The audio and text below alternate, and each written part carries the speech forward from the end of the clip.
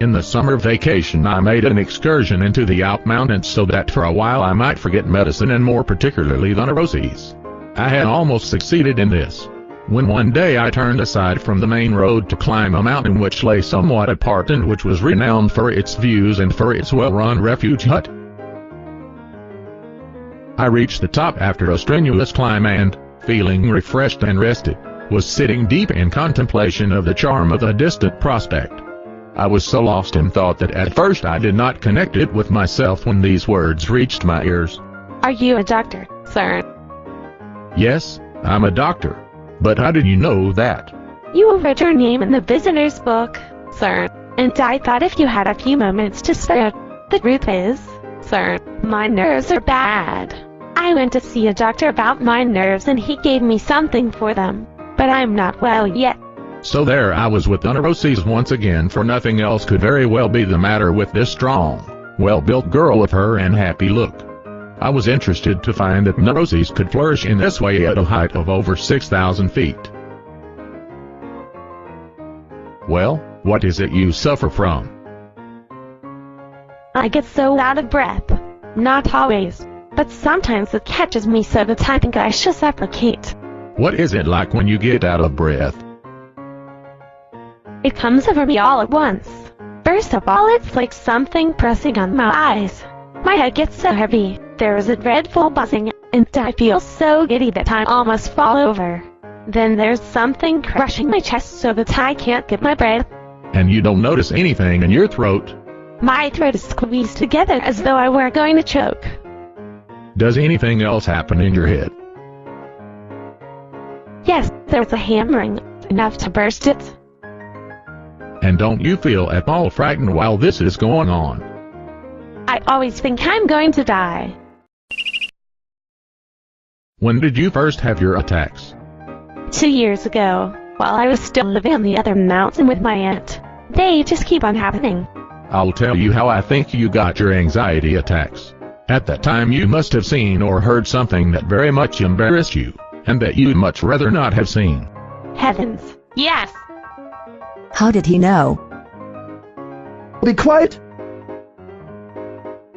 That was when I caught my uncle with a girl, with Franciscan, my cousin. What's this story about the girl? Won't you tell me all about it? That day some gentleman had climbed the mountain and asked for something to eat. My aunt wasn't at home, and Franciscan, who always did the cooking, was nowhere to be found. And my uncle was not to be found either. We looked everywhere, and my cousin said, Franciscan must be in Father's room. And we both laughed, but we weren't thinking anything bad. Then we went to my uncle's room but found it locked. That seemed strange to me. Then my cousin said there's a window in the passage where you can look into the room. We went into the passage but my little cousin wouldn't go to the window and said he was afraid. So I said, you silly boy, I'll go. I'm not a bit afraid, and I had nothing bad in my mind. I looked in. The room was rather dark, but I saw my uncle and Franciscan. He was lying on her. Well? I came away from the window at once, and leaned up against the wall and couldn't get my breath. Just what happens to me since. Everything went blank. My eyelids were forced together, and there was a hammering and buzzing in my head. And what happened then? Well, I felt very bad the whole time. I always kept thinking about it. Then 2 days later it was a Sunday and there was a great deal to do and I worked all day long. And on the Monday morning I felt giddy again and was sick. And I stopped in bed and was sick without stopping for 3 days. If you were sick 3 days later, I believe that means that when you looked into the room you felt disgusted. Yes, I'm sure I felt disgusted. But disgusted at what? Perhaps you saw something naked. What sort of state were they in? It was too dark to see anything. Besides, both of them had their clothes on. Oh, if only I knew what it was I felt disgusted at. Katharina told me that at last her aunt decided to move with her children and niece and take over the present hotel, leaving her uncle alone with Franciscan, who had meanwhile become pregnant. After this, to my astonishment, she dropped these threads and began to tell older stories, which went back 2 or 3 years earlier than the traumatic moment. These traumatic moments were related to occasions on which the same uncle had made sexual advances to Katharina when she was only 14 years old. She described how she had once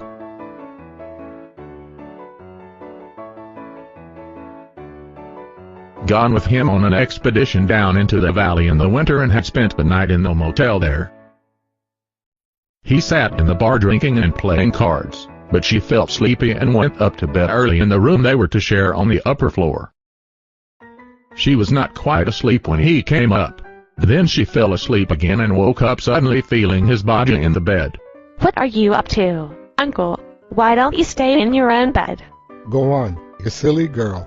Keep still. You don't know how nice it is. I don't like your nice things. You don't even let one sleep in peace. Another time when they were traveling, she woke up suddenly in the night and saw a figure by the door, on the point of turning the handle. Goodness, is that you, Uncle? What are you doing at the door? Keep quiet. I was only looking for something. But the way out's by the other door. I just made a mistake. Oh my God. Have you been suspicious at that time? No, I didn't think anything about it. I only just noticed it and thought no more about it. When 2 years later she caught sight of the couple and intimacy, she at once established a connection between the new impression and these two sets of recollections. She began to understand them and at the same time to fend them off.